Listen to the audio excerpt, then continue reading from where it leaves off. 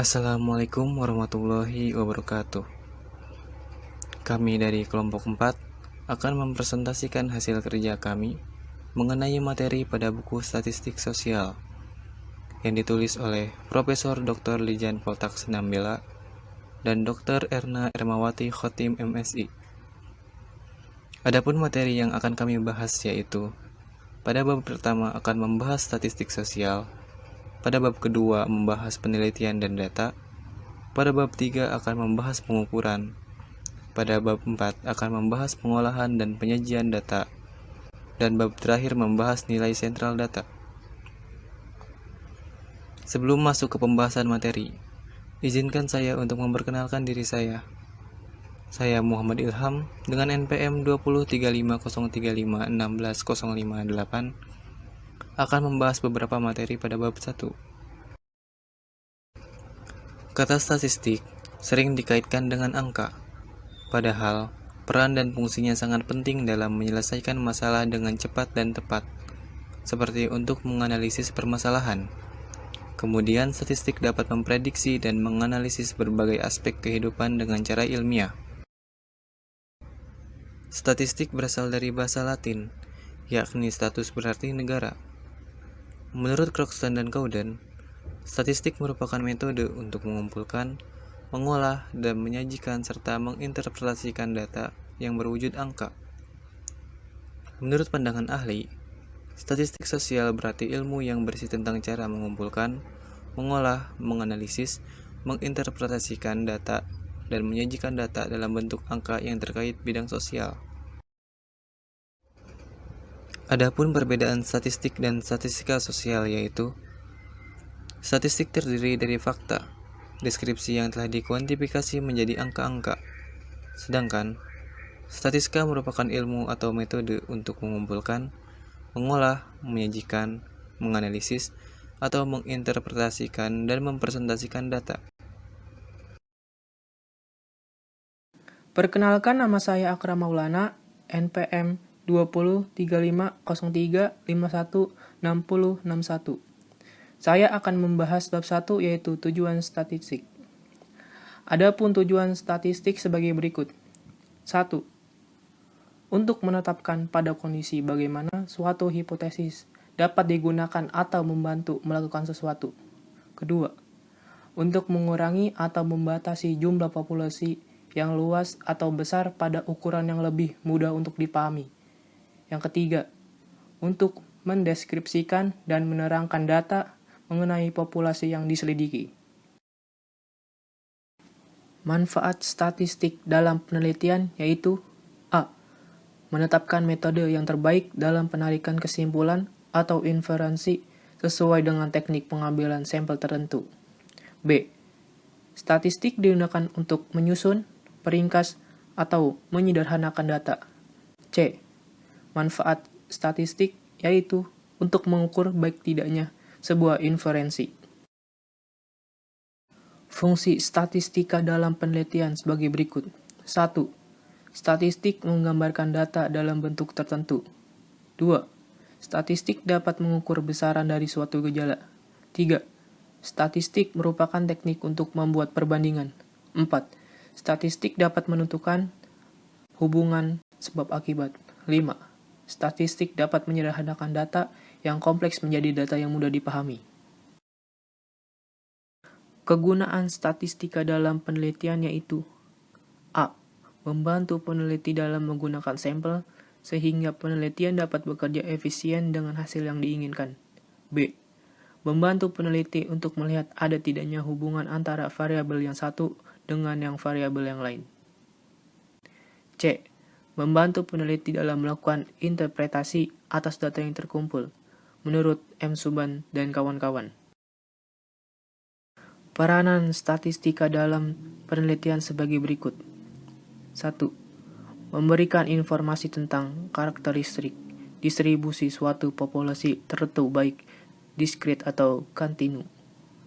2. Menyediakan prosedur praktis dalam melakukan survei pengumpulan data melalui metode pengumpulan data atau teknik sampling. Ketiga, menyediakan prosedur praktis untuk melakukan pengujian terhadap data yang bersifat kualitatif melalui statistik non-parametrik. Keempat, alat untuk menguji validasi dan reliabilitas instrumen sebelum instrumen tersebut digunakan dalam penelitian, menurut Sugiono tahun 2003. Jenis statistika dibagi menjadi dua. Yang pertama, statistika deskriptif, yaitu statistika yang menggambarkan dan menganalisis kelompok data yang diberikan tanpa menarik kesimpulan. Adapun bidang kajian atau cakupan statistik deskriptif, yaitu 1. Penyajian data, yaitu distribusi frekuensi, penyajian grafik, bagan, dan diagram. Yang kedua, klasifikasi data dikelompokkan menjadi dua, yaitu A. Ukuran tendensi sentral atau ukuran lokasi atau pemusatan, mean, median, modus, dan pembagian distribusi atau kuartil, desil, dan persentil. B. Ukuran dispersi atau sebaran, yaitu selang atau range, varian, dan deviasi standar, koefisien keragaman, kesalahan baku dari rata atau standar error, estimasi selang, kepercayaan rata, z-score, ukuran bentuk, angka indeks, dan time series atau deret waktu dan data berkala. Adapun jenis statistika yang kedua yaitu statistika inferensial, yaitu statistika yang berhubungan dengan penarikan kesimpulan yang bersifat umum dari data sampel yang telah dianalisis. Hal yang berkaitan dengan statistika inferensial yaitu 1. Penafsiran tentang karakteristik populasi dengan menggunakan data yang diperoleh dari sampel. Kedua, memprediksi tentang masalah untuk masa yang akan datang, menentukan pengaruh variabel, hubungan antar variabel, menguji hipotesis, kesimpulan mengenai populasi. Yang ketiga, statistika inferensial antara lain statistika uji beda, uji T, analisis varian, korelasi, regresi, analisis kovarian, dan chi-kuadrat. Perkenalkan, nama saya Ira Damayanti dengan NPM 20350516062. Di sini saya akan membahas bab 2 mengenai penelitian dan data. Penelitian. Menurut Srejono Sukanto, penelitian merupakan suatu kegiatan ilmiah yang didasarkan pada analisis dan konstruksi yang dilakukan secara sistematis, metodologis, dan konsisten, yang bertujuan untuk mengungkapkan kebenaran sebagai salah satu manifestasi keinginan manusia untuk mengetahui apa yang sedang dialaminya. Penelitian data. Data adalah bentuk jamak dari datum. Data merupakan keterangan-keterangan tentang suatu hal yang bentuknya dapat berupa sesuatu yang diketahui atau yang dianggap. Data juga dapat berupa suatu fakta yang digambarkan lewat angka, simbol, kode, dan lain sebagainya. Perlakuan data. Perlakuan data dimaksudkan sebagai cara untuk memproses data penelitian dan untuk memperoleh hasil yang diinginkan berdasarkan dengan pola dan aturan-aturan tertentu. Perlakuan data penelitian meliputi 3 bagian. 1. Pengumpulan data penelitian adalah pencatatan peristiwa dari sebagian atau seluruh elemen populasi penelitian. 2. Pengolahan data adalah proses perlakuan pada informasi dan data-data yang dikumpulkan selama penelitian untuk dapat menjawab hipotesis penelitian pada penelitian kuantitatif. 3. Penyajian data penelitian. Tujuan dari penyajian data dilakukan agar data-data telah dikumpulkan dalam sebuah penelitian dapat dibaca dan dipahami dengan mudah oleh pembaca, termasuk oleh pembuat kebijakan. Konsep. Konsep adalah abstraksi yang dibentuk dari generalisasi partikular. Berat adalah konsep, karena berat merupakan ekspresi sejumlah observasi dari segala sesuatu yang berkisar dari ringan hingga berat. Sumanto, 2014. Konsep yang mudah dikenal dalam penelitian sosial adalah prestasi. Prestasi adalah abstraksi yang dibentuk dari pengamatan perilaku tertentu dari seseorang. Konsep dipakai oleh peneliti untuk mendeskripsikan dunia empiris yang diamatinya, dapat berupa benda atau gejala sosial tertentu yang bersifat abstrak. Konstruk atau bangunan, pengertian atau konsep yang digunakan dalam penelitian merupakan pendapat peneliti tentang variabel tersebut, di mana maknanya akan dipergunakan sebagai landasan dalam penelitian.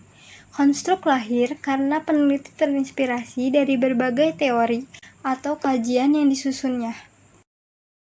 Lalu yang terakhir ada variabel. Variabel adalah suatu konstruk yang sifat-sifatnya sudah diberi nilai dalam bentuk bilangan. Variabel sebenarnya adalah konsep dalam bentuk konkret atau konsep operasional. Suatu variabel adalah konsep tingkat rendah yang acuannya relatif mudah didefinisikan dan diobservasi, serta mudah diklasifikasi, diurut, atau diukur. Jadi, variabel adalah bagian empiris dari sebuah konsep atau konstruk. Variabel berfungsi sebagai penghubung antara dunia teoritis dan dunia empiris. Sekian presentasi dari saya, terima kasih. Saya Anastasia Putri, NPM 20350351666 akan membahas bab 3 tentang pengukuran. Pengukuran merupakan penentuan besaran, dimensi, atau kapasitas terhadap suatu standar atau satuan ukur. Pengukuran dilakukan untuk memperoleh data yang dibutuhkan dalam memecahkan permasalahan dirumuskan. Ada 4 aktivitas proses pengukuran. Yang pertama, menentukan dimensi konsep penelitian, merumuskan ukuran untuk masing-masing dimensi, menentukan tingkat ukuran yang akan digunakan, dan menentukan tingkat validitas dan reliabilitas dari alat pengukur. Skala pengukuran. Ada nominal, tingkat pengukuran yang sederhana, ordinal, pengukuran yang berjenjang di mana sesuatu lebih atau kurang dari yang lain, interval, pengukuran yang jarak antara satu data dengan data lain sama tetapi tidak mempunyai nilai nol, rasio, pengukuran untuk variabel biasa digunakan dalam pengukuran ordinal dan interval. Tipe skala pengukuran. Menurut Sugiono, ahli sosiologi, ada 2 tipe skala berdasarkan fenomena sosial yang diukur, yaitu yang pertama, skala pengukuran yang digunakan untuk mengukur perilaku susila dan kepribadian. Yang kedua, skala pengukuran yang digunakan untuk mengukur berbagai aspek budaya lain dan lingkungan sosial. Adapun tipe pertama meliputi skala sikap, skala moral, tes karakter, skala partisipasi sosial. Tipe yang kedua meliputi skala untuk mengukur status sosial ekonomi, lembaga-lembaga sosial dan kemasyarakatan dan kondisi kerumah tanggaan. Adapun skala sikap yang sering digunakan yaitu skala Likert mengukur sikap, pendapat, dan persepsi seseorang atau kelompok orang tentang fenomena sosial. Skala Goodman hanya memberikan opsi jawaban hanya 2 saja. Skala Thurston menilai sikap dengan merepresentasikan statement tentang topik yang disusun dari yang tidak favorit, netral, dan sangat tidak disenangi. Semantik diferensial mengukur sikap hanya saja bentuknya tidak pilihan ganda maupun checklist. Rating scale merupakan data mentah yang diperoleh berupa angka kemudian ditafsirkan dalam pengertian kualitatif. Mendesain instrumen penelitian. Instrumen penelitian merupakan suatu alat ukur yang digunakan untuk mengukur suatu fenomena atau variabel yang diamati oleh peneliti. Penyusun instrumen dalam penelitian kuantitatif perlu diperhatikan berbagai aspek, di antaranya komponen inti instrumen, kriteria instrumen yang baik. Terdapat 4 komponen yang harus diperhatikan. Pertama, subjek, ajakan, petunjuk pengisian instrumen yang dengan mudah dapat dimengerti responder, pertanyaan atau pernyataan yang tidak membias beserta tempat mengisi jawaban yang dipersiapkan dengan baik. 5 kriteria memperoleh instrumen yang baik. Validitas memperlihatkan sejauh mana suatu alat ukur, reliabilitas memberikan hasil pengukuran yang konsisten, sensitivitas instrumen yang mampu melakukan diskriminasi, objektivitas informasi terbebas dari penilaian subjektif responden, visibilitas peneliti mengatur waktu, tenaga, dan pembiayaan pelaksanaan pengumpulan data. Penyusunan instrumen yang pertama melakukan kajian teoritik, yang kedua menentukan dimensi, yang ketiga menentukan indikator, yang keempat membuat pertanyaan atau pernyataan untuk masing-masing indikator sesuai dengan kisi-kisi instrumen, dan yang kelima melakukan uji coba instrumen untuk menguji validitas dan reliabilitas. Perkenalkan, nama saya Salsabila Raita Apriani dengan NPM 20350351660. Dan saya akan membahas tentang bab 4 mengenai pengolahan data dan penyajian data. Jenis dan pengolahan data. 1. Data kualitatif. Pengumpulan data kualitatif dilakukan melalui pernyataan-pernyataan yang dipersiapkan oleh peneliti. Metode-metode yang populer untuk mengumpulkan data kualitatif adalah wawancara, diskusi terfokus berkelompok, dan teknik proyeksi. 2. Data kuantitatif. Data kuantitatif menghasilkan data yang bersifat terstruktur sehingga peneliti dapat melakukan proses penguantitatifan data, yaitu mengubah data semula menjadi data berwujud angka. Metode pengumpulan data kuantitatif dihasilkan dari lapangan dengan mengandalkan instrumen yang dipersiapkan oleh peneliti. Metode populer pengumpulan data kuantitatif adalah survei, observasi, dan eksperimen. Membuat distribusi frekuensi. Dalam banyak hal, suatu data sangat besar, sehingga dengan membuat daftar saja tidak akan mendapatkan sari yang dapat diambil dari kumpulan data tersebut. Misalnya, kita akan mendata skor ujian matematika. Nilai dapat dimasukkan ke dalam format pengelolaan dengan mengadakan turus atau tali. Turus dilakukan dengan membuat garis miring yang mewakili satu orang. Setiap 4 buah garis miring dibuat satu ikat menunjukkan satu kelompok, sehingga jika 2 kelompok menunjukkan 10 orang. Penyajian data dengan tabel frekuensi akan memberikan gambaran data dalam bentuk distribusi yang selanjutnya dapat dipergunakan untuk operasi berbagai perhitungan statistik. Banyak kelas dan besar lebar selang kelas. Untuk menyusun distribusi frekuensi dari data individual atau mentah, perlu diketahui banyak kelas dan besar selang kelasnya. Ada hubungan antara banyak kelas dan besarnya selang kelas. Makin banyak kelas, maka makin kecil besar kelas. Jika banyak kelas terlalu banyak, maka tabel frekuensinya tidak memperlihatkan ciri penyebaran data. Dan sebaliknya juga, jika banyak kelas terlalu sedikit, dapat mengakibatkan ciri penyebaran data tidak terlihat. Rumus banyak kelas adalah 1 plus 3,3 log n, di mana n menyatakan banyak observasi atau data. Jarak, rentangan atau range dari data individual adalah selisih antara nilai terbesar dengan nilai terkecil atau selisih antara nilai maksimum dan minimum. Besar atau jarak kelas selang dihitung dengan rumus jarak sama dengan nilai maksimum minus nilai minimum. Dan rumus untuk besar selang sama dengan jarak per banyak kelas. Perkenalkan, nama saya Maria Clara Angelina dengan NPM 2035 035166065. Saya ingin melanjutkan bab 4 bagian E, yaitu penyajian data melalui grafik. Penyajian data melalui grafik yang banyak digunakan adalah grafik histogram, poligon, diagram lingkaran, dan ogive. Gambar tersebut diharapkan agar untuk lebih memudahkan membaca dan memaknai data tersebut. Selain itu, umumnya ketika seseorang melihat dan membaca data melalui angka-angka cenderung membosankan dan melelahkan. Menurut Kadir bahwa umumnya kita lebih cepat memahami fenomena-fenomena secara visual daripada membaca data melalui tabel penyajian. Penyajian data melalui grafik yang menarik akan menarik minat pembaca untuk memahaminya. Oleh sebab itu, data tersebut dapat juga disajikan dalam bentuk grafik, sehingga dengan grafik tersebut akan lebih mudah memaknainya. 1. Histogram. Penyajian data distribusi frekuensi dalam bentuk grafik membutuhkan 2 garis bantu yang berpotongan, yakni garis horizontal yang menyatakan kelas interval dan garis vertikal yang menyatakan frekuensi.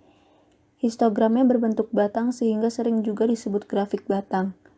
Batang yang satu berhimpitan atau beririsan dengan batang yang lain, oleh karenanya dibutuhkan penentuan tepi bawah dan tepi atas.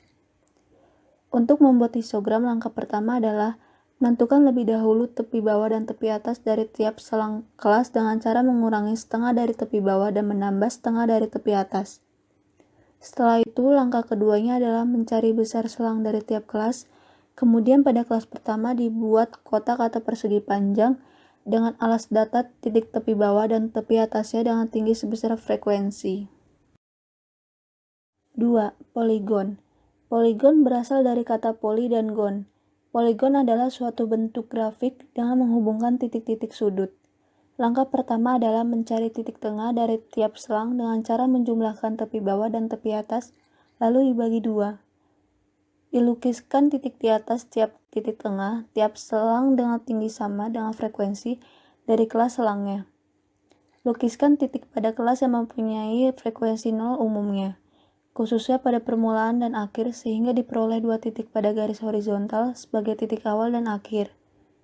Garis-garis patah yang menghubungkan semua titik-titik tersebut dinamai poligon. 3. OGIF. OGIF dibuat berdasarkan frekuensi kumulatif. Selain itu, OGIF adalah poligon dari frekuensi kumulatif kurang dari. Perkenalkan, nama saya Faizal Riza, NPM 203503513516067. Saya akan melanjutkan pembahasan berikutnya yaitu bab 5, nilai sentral data. Selain data yang dijelaskan pada bab-bab sebelumnya, dapat juga digambarkan data tersentral. Data tersentral yaitu dengan menghitung rata-rata, median atau nilai tengah, modus atau nilai terbanyak, dan standar deviasi atau simpangan baku. Menurut Kadir, yang dimaksud dengan nilai sentral adalah ukuran di mana distribusi data memiliki gejala atau kecenderungan memusat pada nilai tertentu. Yang pertama, rata-rata hitung. Rata-rata hitung atau mean biasa dinotasikan dengan simbol U atau dibaca juga dengan mu, atau X dengan tanda atas yaitu dibaca dengan X bar. Mean dibagi menjadi dua, yaitu data yang belum dikelompokkan dan data yang sudah dikelompokkan dalam bentuk distribusi frekuensi. Data yang belum dikelompokkan yaitu data yang masih mentah. Contohnya itu 1, 2, 3, 4, dan seterusnya. Rumusnya yaitu untuk X bar sama dengan X1 plus X2 plus Xn per N, atau X bar sama dengan sigma Xi per N. N di sini yang dimaksud adalah jumlah frekuensi atau jumlah data tersebut. Sementara itu, rata-rata data yang dikelompokkan rumusnya X bar sama dengan sigma Xi kali Fi per sigma Fi, dengan X bar sama dengan rata-rata hitung, Xi sama dengan titik tengah kelas ke I, Fi yaitu frekuensi ke I, sigma Xi kali Fi itu total frekuensi, itu juga bisa disebut dengan frekuensi dikali dengan titik tengah. Selanjutnya yaitu median. Median atau nilai tengah dapat juga dihitung dengan dua pendekatan. Seperti yang sebelumnya yaitu mean. Data tersebut terdapat data yang sudah dikelompokkan dan yang belum dikelompokkan. Data yang dikelompokkan biasanya data yang mencapai 1000 atau lebih. Lalu untuk yang pertama yaitu median dari data yang belum dikelompokkan. Biasanya digunakan data yang lebih sedikit. Langkah pertamanya itu seperti juga mean, diurutkan terlebih dahulu dari yang terkecil hingga yang terbesar. Baru ditentukan nilai tengahnya. Jika datanya genap, maka akan terdapat dua nilai tengah. Maka dari kedua tersebut ditambahkan, lalu dibagi dua, sehingga terdapat nilai tengah yang sesungguhnya.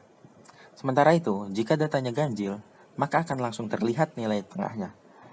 Adapun rumus median yaitu median sama dengan Xn plus 1 per 2. Ini untuk rumus yang jumlah datanya ganjil. Jika jumlah datanya genap yaitu setengah Xn per 2 ditambah Xn per 2 plus 1 dengan N sama dengan jumlah data dan X sama dengan nilai data. Lalu yang kedua yaitu median dari distribusi frekuensi.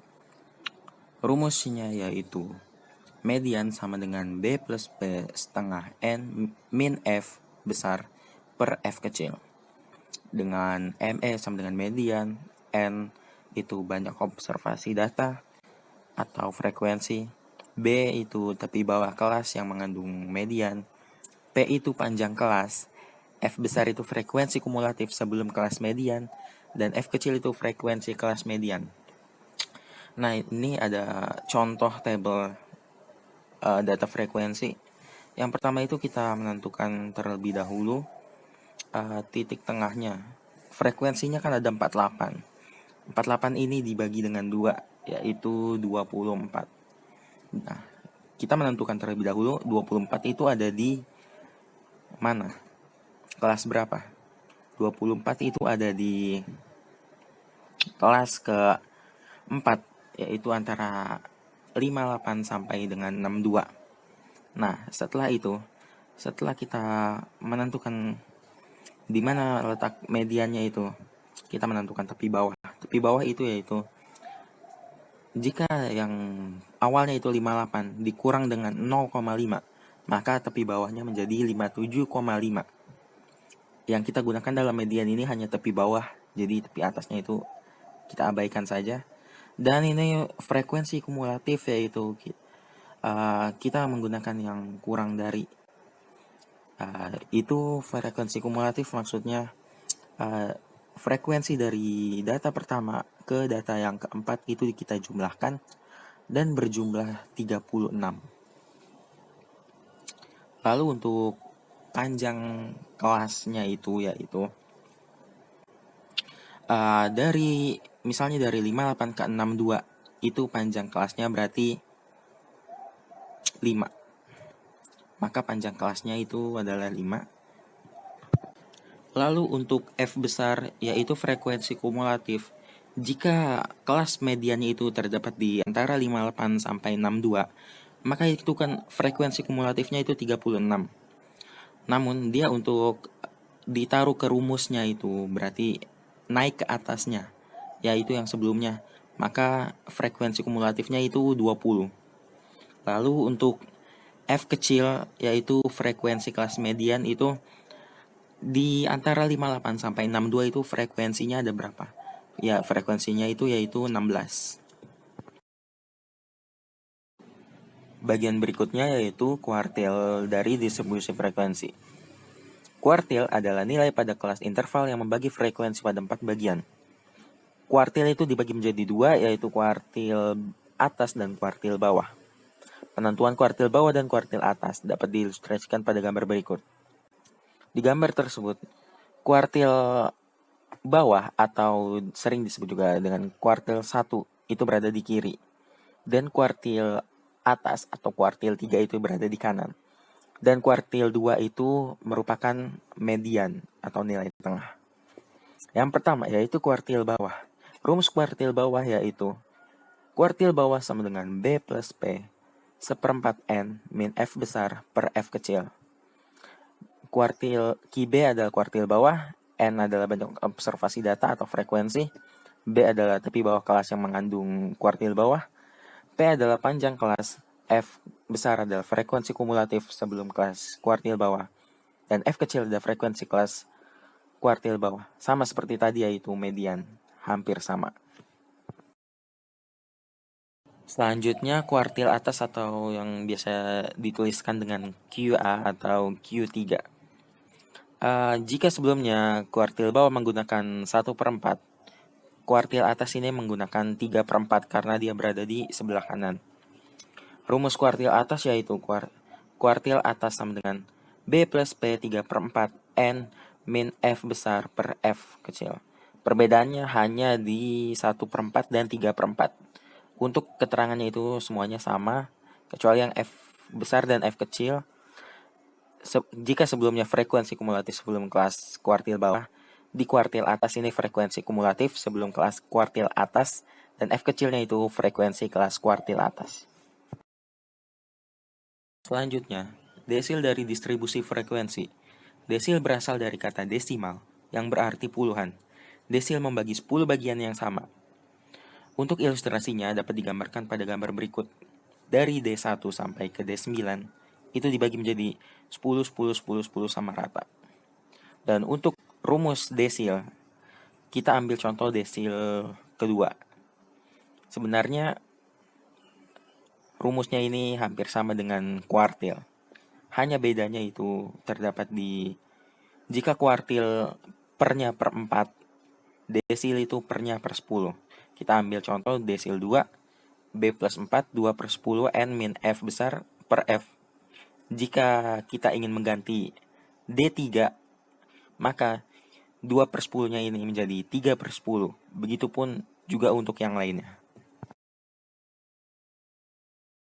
Perkenalkan, nama saya Windy Anastasia dengan NPM 203503516064.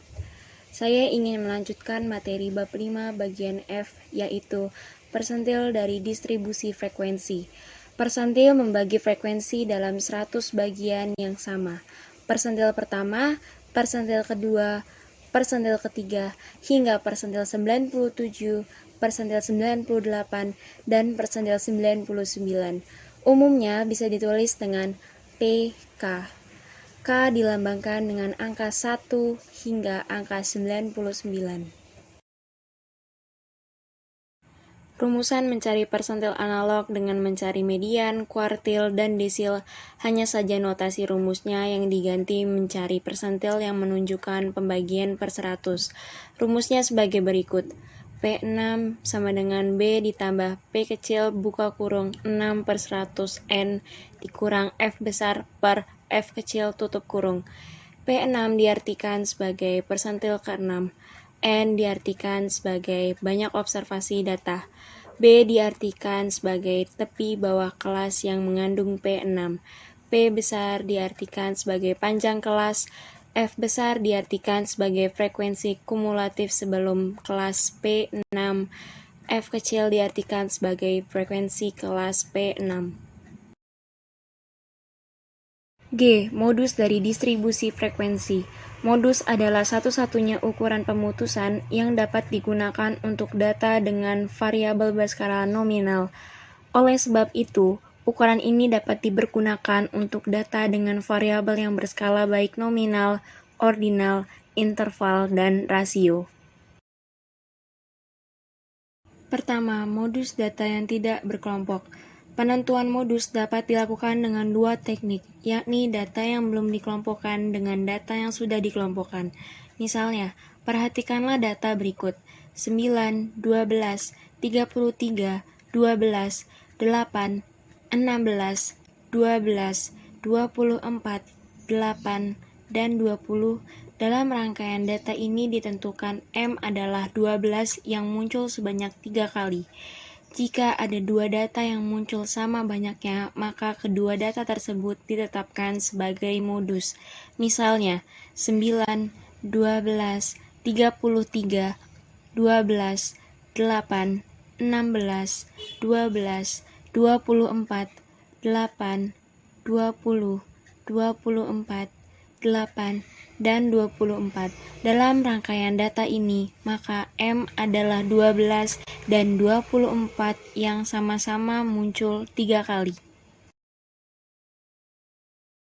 Kedua, modus data yang berkelompok.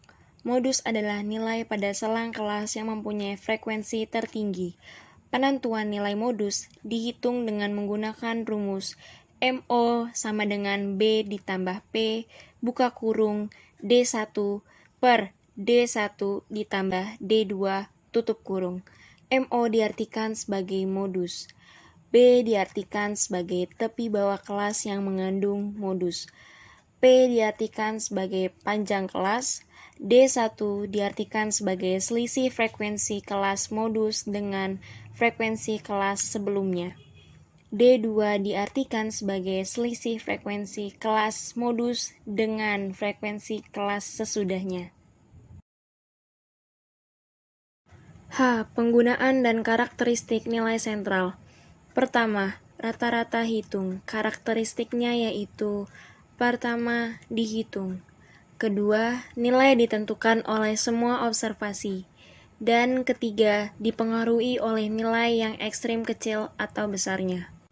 Penggunaannya yaitu: pertama, masih akan dipakai untuk statistik lanjutan, kedua, untuk interpretasi data kuantitatif, dan yang ketiga, mengingat semua data diikutsertakan.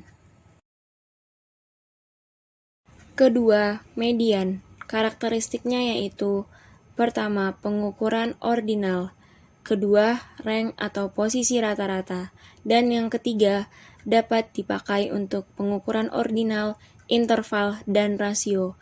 Penggunaannya yaitu: pertama, jika interpretasi diinginkan adalah ordinal. Kedua, letak skor pada pertengahan yang dicari. Dan yang ketiga, nilai merupakan tipe yang diinginkan.